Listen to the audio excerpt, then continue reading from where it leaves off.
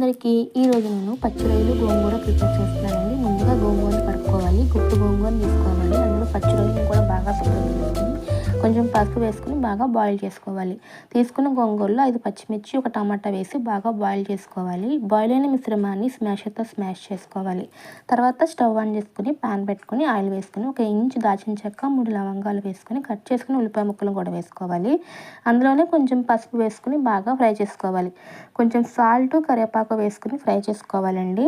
తర్వాత మీకు టేస్ట్కి సరిపడినంత కారం, 1 స్పూన్ ధనియాల పొడి వేసుకుని బాయిల్ చేసుకున్న రొయ్యలు కూడా వేసుకోవాలి. 2 మినిట్స్ ఫ్రై అయిన తర్వాత బాయిల్ అయిన గోంగూర మిశ్రమం అన్నీ వేసుకోవాలండి. కొంచెం వాటర్ కూడా యాడ్ చేసుకుని లిడ్ పెట్టుకుని సాల్ట్ కూడా చెక్ చేసుకుంటూ మనం 10 మినిట్స్ బాయిల్ చేసుకోవాలండి.